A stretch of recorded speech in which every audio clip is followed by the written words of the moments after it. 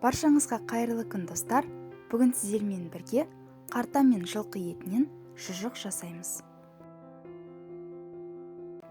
Видеоны қарамастан бұрын каналға тіркеліп, қоңыраушаны басып қойыңыздар. Сонда менің рецептерімді бірінші болып көресіздер. Ең алдымен қартаны тұзбен тазалап, сумен жуып аламыз.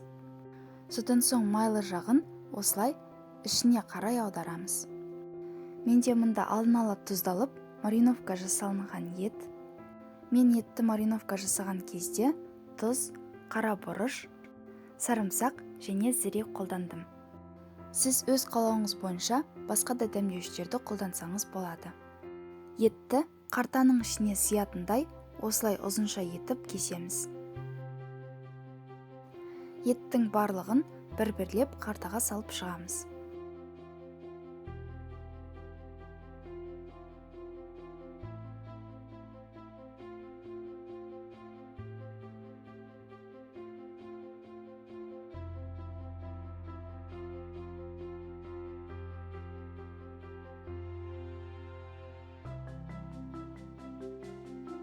Қартаға етті салып жатқанда, қартаның екі жағын байлаудың қажеті жоқ.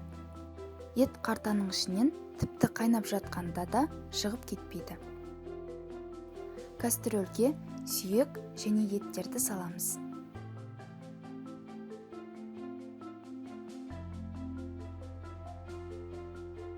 Ішінде еті бар қартаны салып, керегінше су құямыз.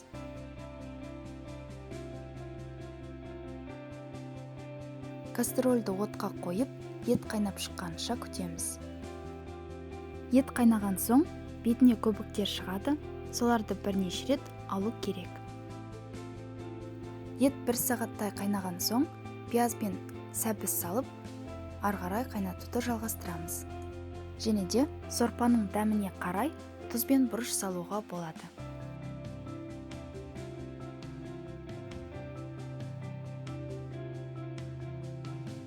Біздің етіміз 2-2,5 сағаттай қайнады.